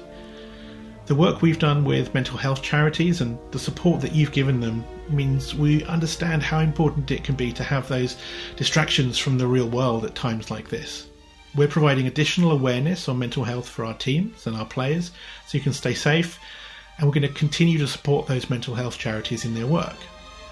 Their work is as important now as it's ever been, but it's also important to remember it's not just there for other people. If you're seeking reassurance or mental health advice, our friends at Mind have some important words for you, and you'll find them here.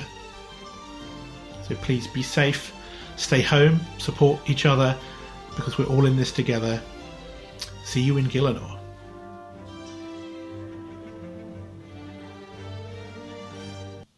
All right, there we have it. And, I think that's a good message to put out. It really underscores what everybody is doing with online communities in this day and age, because 1 month ago, I don't think anybody anticipated we would be at this point where the COVID-19 pandemic would have changed the way the world works to this degree that it has. And with Jagex stepping out there, and I also think that expanding the early mobile access was definitely something that they wanted to do in this regard as well, to help out with that. And we know it wasn't planned this way, but we were saying this is indeed the perfect time to have a new skill launch, isn't it? Oh, without a doubt. And I mean, one thing I heard the other day, and this makes a lot of sense. It's like we're calling it social distancing, but it's physical distancing. It's physical distancing. Yeah. Yes. We don't need to distance ourselves socially. We have a lot of things that can keep us connected. But saying that, is it bad that as he was saying, how social we are, all I saw was an World 84 chat scrolling in front of me going, you such a babe. Or a material cache. Yeah. I was like, oh, Mod Pips. When's the last time you jumped in the game, bud? But nonetheless, there was something that was missed in the video that if you read the text of this, They highlight that last year they raised £250,000, more than £250,000 for CPSL Mine, the Prince's Trust, and URAD. And with this, Jagex will donate a further £100,000 to its mental health charity partners. And he says this is in addition to the already scheduled Mental Health Awareness Week that's going to be happening in May. That's good, and those have actually been pretty decent outfits. Yeah. Done, so. And, it's I think that's the currency event everybody can get around and not have a problem with because it's all going towards a good cause. Yeah, and it goes in your, currency pouch. Yeah. Oh, you can. Oh, you didn't know you can put the eggs from Easter in the currency pouch? There's a right-click option you can. Yeah, you can, but nobody's like... You don't have the Joker popping up in front of you talking about mental health awareness. Don't give them any ideas. Just saying, All right. In addition to other things that are happening, they're bringing back a special edition of The Drop, which is the in-game quiz show kind of thing with a charity twist. They're also... Is that the How Fast Can You Wiki game? Yes. Oh, okay. Yeah. That's right. Okay. Mental Health Awareness Week in May. Special streamed events are on the way, hosted by Jagex, which is important because RuneFest in the real world isn't happening this year. Which makes sense, I think.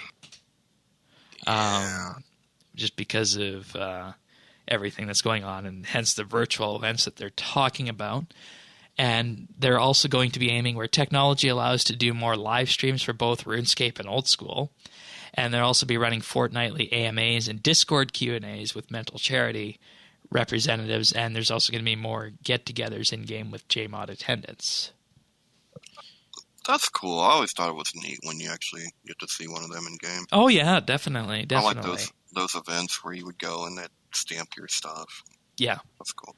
Yeah, I think they did one of those last at Valentine's Day, if I'm not wrong with that. So, all right.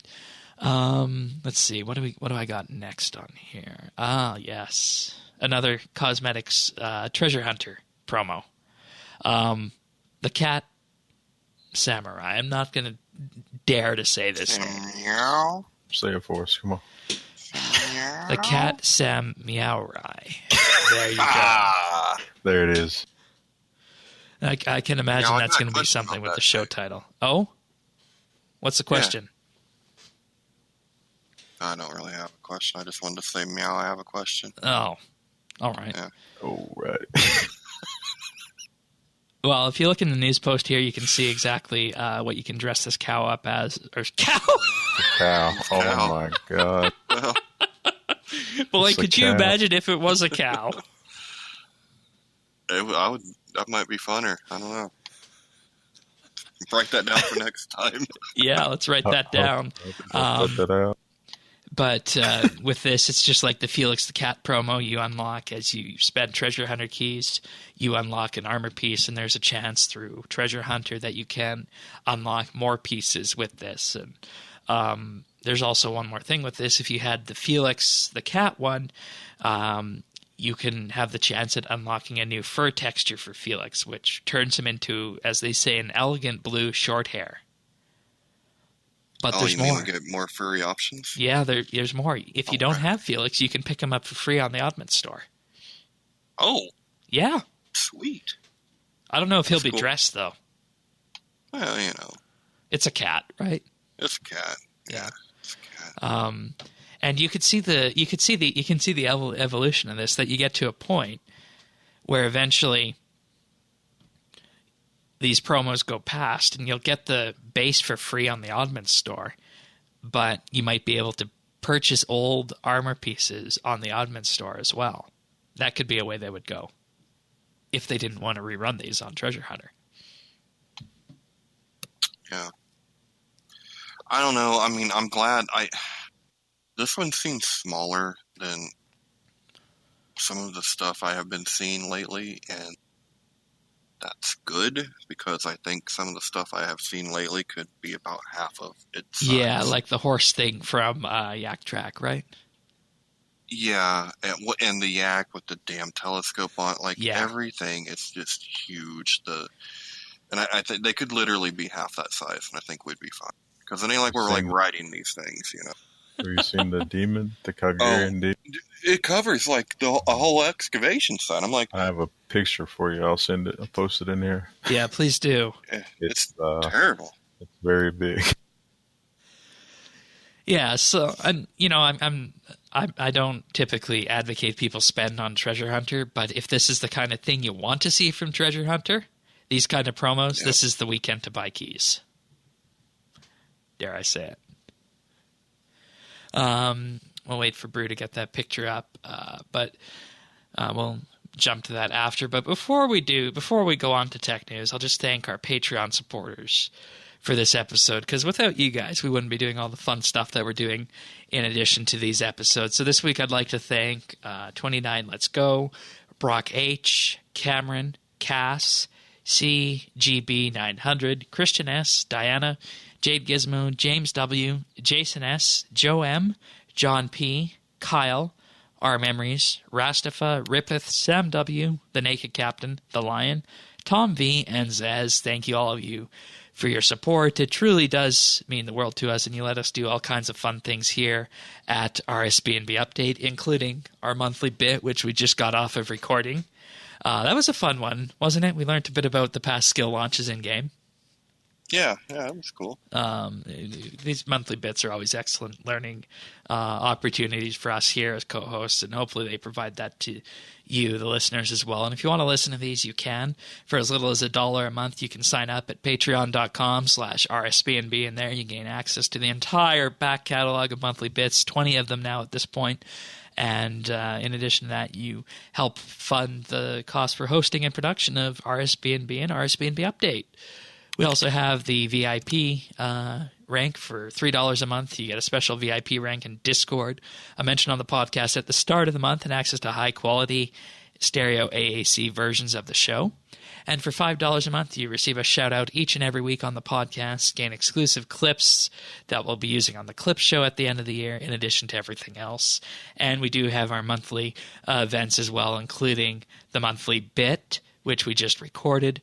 We also have Inside RSBNB Update, which is effectively a dev blog for RSBNB Update that goes up at the end of the month. Last month's was about updating the RSBNB website for a new skill, which is something we've been doing since Slayer came out way back when, and it's evolved, and it's certainly a feat in its own. So if that's interesting to you, give that a read. And we also have the RSBNB Update Roundtable hosted in the second half of each month, where we get together and just talk about anything and everything RuneScape related. But there's more. One more thing. Movie night on the RSBNB Discord, where we sit and we watch a movie. Last month was Star Trek 6, and I think Tanis has the pick this month, don't you? Yeah, Shane, and I'm trying to decide if I want to follow your tradition, because you played the first Star Trek movie you'd ever watched. I'm trying to decide if I want to do the first Star Wars I ever watched, because of where it's at. Or the option is to do something else timely, like Contagion or Outbreak. I get enough of that shit at 10 a.m. from the Cheeto and Chief every day. Oh my! No, thank you. All right. I need the force right now, Shane. I need the force. Well, if this is at all interesting to you, or you want to dive in on the monthly bits or anything else that we just mentioned, patreon.com/RSBNB. For as little as $1 a month, you gain access to everything we just talked about. And if you want to give a little bit more, you can get a few extra little personal perks along the way. So thank you so much, everybody, for supporting RSBNB Update. It truly does mean the world to us. Thanks so much. Thank you, guys. All right, so let's have a look at this picture that Brew posted here. And oh my God. Which familiar is this? This is the... You see what... Calgarian Demon, the new... The front didn't do it justice. I had to get the profile. And we're willingly let these things walk around the game. Yeah. So that's in Priv. If you try to, so if you leave the lodestone area to run north, south, east, or west, you have to go through like the kind of archway, the small. Right. He does not walk through. He just stands there until you get on the other side. Then he phases through. If you summon him inside of it, he almost gets stuck. He's so big. So I don't know. Who thought this was a good idea? See, that's what I mean, they know people bitched about the Drake, right? Like, I want to get on him and ride around. Like he should be a mount. Right? Well, that's what it looks like the yak is, too. Right? Well, see, this is what I was bitching about, Shane. Because I had one of these, there was a yak and like 2 Pegasus, and I'm like pissed because I couldn't even see the like excavation, like let alone the time sprites. Forget about it. Between the gigantic animals and then these darn eggs over the clickables, you can't. You have to right. It's a right-click game now. Yeah. It's rough, man. Rough. Did the object outlining help you? Oh, absolutely. Okay, good. Yeah, good. Absolutely. All right. Let's move on to tech news then. We have some interesting ones this week. So starting off with the good, Google has made Stadia Pro free. So you can play Stadia Pro for free right now, which is Google's streaming service. 14 countries. You get 2 months free. And with this, you don't even need the Stadia Pro controller. The games you have access to are 9 early entry games, including Grid, Destiny 2, The Collection, and Thumper. And if you want to play more games, you can purchase more games as well. And all you need to do is sign up at stadia.com, download the app on Android or iOS. Then you can also, if you want, play on your laptop or desktop or any other device that you want with your controller or mouse. You could even, as well, if you wanted to play on your Android phone and project it to a different screen. And if you had a Chromecast, you could even play it on your 4K TV. So Google wants us to dive right into this streaming service. And the catch is, of course, after these 2 months, it goes back to its price of $9.99 a month. No, well, they're trying anyway. Yeah.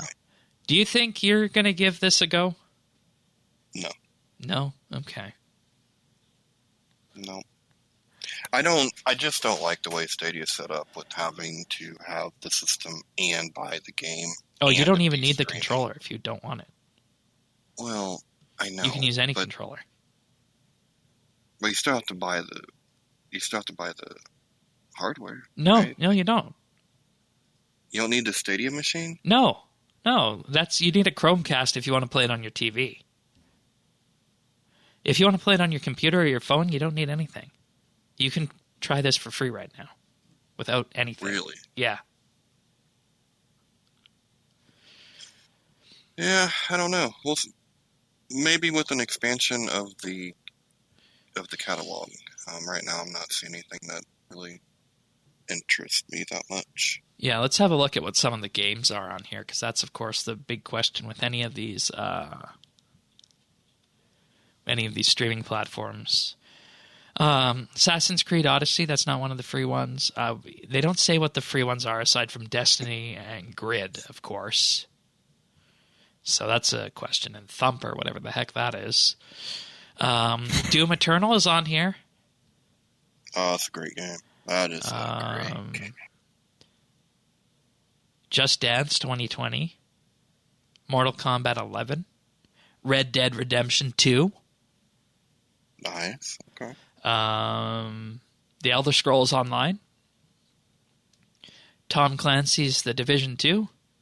And Tomb Raider The Definite Edition, amongst others. But yeah, the catalog is still limited on here of what you could do. But if you want to, if you wanted to purchase any of these games, you definitely could. Or if you just want to play Destiny for free, this is an option to do it if your computer doesn't support Destiny as it is. So, and you see everybody's putting out these offers in the current climate that, hey, we need to maybe reach out a bit and see what we can do on here. All right. Anything else on that one? I don't know. I mean, it's just an interesting thing to start off with, I think. I don't know if it's going to go anywhere. I'm curious about, I would like to try it just to see what its performance is. Because I've tried the PlayStation version before, and I thought it was pretty good. So I wouldn't mind seeing, what Google can do. But yeah, it's going to use the super YouTube. With the library at this point. Yeah, that's the biggest downfall with this. It's going to use, of course, the YouTube technology behind it. They say that if you want 1080p, you're going to be using 12.6 gigabytes of data an hour. Okay. 4K is 20 gigabytes an hour. Well, that seems like that would get expensive. Yeah, and this is what they're making for free as Stadia Pro, which is up to 4K and 5.1 surround sound with HDR graphics. So, all right. Next piece of news. Russia has been up to some bad stuff on the internet, guys. No, that doesn't sound like Russia. A Russian telco hijacked internet traffic for Google, Amazon Web Services, and Cloudflare, amongst others. The telco was named Rostelecom, involved something called Border Gateway Patrol, or protocol hijacking, and it impacted up to 200 CDNs and cloud networks this week. It apparently affected 8,800 traffic routes from 200 plus networks and was an issue for about an hour. Other companies, in addition to the ones we mentioned, are Amazon, Facebook, Akamai, GoDaddy, DigitalOcean, Joyent, LeaseWeb, Hetzner, and Linode, which is one of the big data centers out there. And, this is something many people aren't aware of, is that BGP hijacks, Border Gateway Protocol hijacks, is something that can be used to effectively take control over the internet. In fact, Pakistan did something like this back in 2012 or 2013, because this is the system that is used to route internet traffic between networks and various nodes around the world. And the article says that this is an extremely brittle system because if any one participant network simply decides to forge itself and lie and publish a fake announcement, it can do that. And the examples would be is that, hey, Facebook servers are on our network, and with this, all internet entities would take this as legitimate and send all Facebook traffic to the hijacker servers. Oh. Well, that's not good. Yeah. I bet you didn't know this was possible on the internet. No. And this goes back to the internet's founding of, being a series of networks built initially for the defense of the United States, the DARPA program, in that, they thought this is only going to be used for military, so we don't need to bake this in. But over time, this has percolated throughout the entire world and become an issue that is global, and everybody just agrees not to mess with everyone's connections. And if somebody wanted to, all you would need is to have internet traffic that's not encrypted, so not HTTPS traffic, and then you would be able to hijack the packets that were being sent somewhere, like Facebook, potentially run a man-in-the-middle attack, intercept Facebook's traffic, and alter it to do something else entirely if you wanted to. Now, of course, with widespread use of HTTPS secure networks, that is, of course, meaning the little lock that everybody sees up in your web browser, the threat of hijacking has gone down significantly with this. But hijacks can still happen, as we've seen here, as the hijacker can log traffic and effectively scoop in all that traffic that would have been directed to Facebook in the case of the example here. So this is something that doesn't happen that often, but it's happened in 2018 with a Nigerian ISP.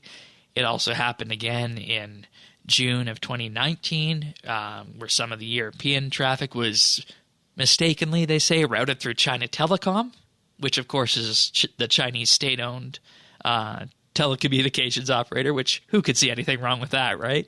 Oh, yeah. I mean, what could go wrong? And this one in Russia, Rosselcom, is apparently a repeat offender on this. So not all of them are malicious. Some of them can just be accidents by somebody typing something wrong and making a wrong configuration file on this. But it's definitely something that can happen on the internet. And there's a huge, in-depth technical explanation on this article as well that you can read through if you want to. And I'm going to stop at this point because I imagine this is the scope that we need for this podcast. Okay. So hopefully everybody learned something with this. Yeah, Russians hack computers. By accident this week, they say. By accident. By accident. By accident. Yeah. Alrighty. Next up, we have something for Android users and for some portion of the user base that is indeed blind. This week, today, actually on Friday, or Thursday, Google unveiled a new Braille keyboard for typing on Android. And, they mentioned that 150 years ago, Braille was invented, but for people who want to type, you'd need a physical Braille keyboard that would be time-consuming, connect that external device. And this new keyboard is a virtual keyboard that is loaded directly into Android 5 and above. And if you need to type on it and you know how to type with Braille, you can do that. It's going to be a part of any Android operating system out there. And the question I have, and we always say that Apple is so far ahead on the accessibility front. Why haven't we seen anything like this on iOS yet? It's a good question, and it is a nice development. I want to know how they did it, because right now you have it's almost like a little 10 key type of that's what this is. Device that you have. So. Okay. Okay, cool. Yeah, they say they collaborated with Braille developers, and with this, it uses a 6-key layout, 3 on each side, and each one of them represents one of the dots. So to type an A, you would press dot 1, and to type a B, dots 1 and 2 together. Okay. Yeah. I don't know if you can read Braille, Tanis. We've never talked about that. Not proficiently. Okay. All right. Because, most days now, if you were reading, you'd just use an ebook or a narrator. Yeah. You would. But, I would. But I didn't see, I didn't get to go to the school of the blind. If I had been able to do that, I would know. Sure. I was just a little too old when it hit. Right. Okay, fair enough. And let's see, who did they collaborate with? They're calling it the TalkBack Braille keyboard. They don't say exactly who the developers were, but they did consult with worldwide accessibility experts on this and users with it. So, okay. All right. Let's move on to some other things as we wrap the show up now. We are running our Archaeology Skill of the Month, which is progressing. And, this is a bit of a weird one because people are allowed to enter the Skill of the Month at any point. So what appears to be the people winning on day one might not necessarily be the people that win at the end, because, Brew, you have signed up, and you're currently in the lead with 21.6 million XP gained. You can blame Tanis. I didn't know. I didn't even look until I got something in my Discord DMs. Second place is PK Mage with 14.6, Mr. Jingles with 13.7, Unknown Raptoid with 13.3, and Derpanu with 9.8. Yeah. See? That's a good one. This is what happens when you have a skill of the month where everybody starts from zero. Hell yeah. It's excellent. I wanted to encourage as much participation as possible. Yeah, we got 27 people signed up. Yeah, when's the last time that happened? Right? Wow. Yeah. And, we'll see if anybody catches you, Brew. But there are definite races going on at the various echelons of this competition. So it's certainly a fun one to watch. I'm going to get you, Shane. And we're only 11 days in. Coming. We're only 11 days in. If anybody wants to sign up, just head on over to rsbnb.com/skotm. Skill of the month. Yeah, I'm in 20th position right now with 654K. Coming for you, Shane. Yeah, I'm sure you will. We'll see what happens over the weekend. Uh-oh. Oh, no. Fighting word. Yeah. Oh, no. Got me. You got me, too. I'm going to be gone one of them nights. All right. I'm coming. All right. Speaking of things people have been up to, let's do the achievements this week. Starting off on April 8th, we had Cledio with 99 mining. Malinoric with 99 archaeology. Our first tracked 99 archaeology of the combined RSBANDB and Clan Quest communities. Too bad, Brew, you didn't sign up on the forums and get your name in here. We could have read yours out as well on this, but that's fine. We also have Hemsky with 99 mining on April 7th. R3PO with 99 fire making on the 7th. Alex43 got 120 dungeoneering on the 6th. And then Madhouse SC with 99 ranged also on the 6th. Nice. Nice job, everybody. We also have Cube Bond 008 with 99 Hunter on April 6th. We have Rippeth with 99 Fishing on April 6th. Rippeth again with 99 Invention on April 5th. Not a coincidence. And we have Jade Core with 120 Farming, Shane, on April 4th. Nicely done. Then they also, Jade Core also got 120 Herblore on April 4th. Lanakia got 99 Hunter on April 4th. Stinky Pete 22 also achieved 99 attack on April 4th. R3PO with 99 Thieving on April 3rd. Jade Chore with 200 mil construction on April 2nd. Constitution. Yeah. On April 2nd. Good work. And Lanakia with 99 Fishing on April 2nd. Nicely done, everyone. Good job. All right, I have a pick of the week this week. And, this is a pick of the week that I'm going to do in a way that I will not get yelled at by certain members of our friend group and community on here. So the pick of the week for this week is a game called Deep Rock Galactic, which, Tannis, you said you've heard of. This game was released back in 2018. It's got quite the community around it. It's a little indie game, cooperative FPS for 1 to 4 players. Very bright, given the way it works, but I'll get into that in terms of what the game is. You can pick it up on Steam, and the idea behind this is that this is a cooperative FPS survival game.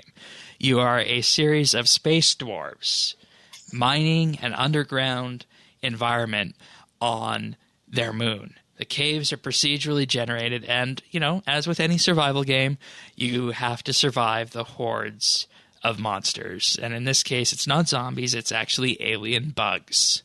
And there's 4 different classes within the game that are tailored to however you want to play. We have the scout, we have the driller, we have the engineer, and then I'm forgetting the 4th one. I don't remember what the 4th one is. I haven't played that one yet. But all the classes are interesting, and they synergize so nicely with one another. And the reason I say this is that if you look at the engineer, it has platforms that it can deploy to get up to access areas that are hard to mine. It's got turrets like, for example, the Heavy in Team Fortress 2 or Torbjorn in Overwatch. And I've been informed, thank you, Magic King, that the 4th is the Gunner, which is the one that I forgot. And the engineer is the first one that I leveled up. There's other characters as well. The scout, for example, has a grappling hook. One of them also has a zip line that allows you to get around within the cave. And this is important because we're talking about sheer cliff faces here. So it's something that you can't just do on your own, because if you go in on your own as an engineer, you're going to need to create platforms. But if you have a scout with you, the scout can get up and use the zip line to get around, or you could have, their grappling hook. Or if you had the gunner with you, you could use the zip line as well to get around with this too. And see, this is the thing. I think we are, in general, in this day and age, in a deficit of games that are cooperative. in terms of fighting against a specific objective.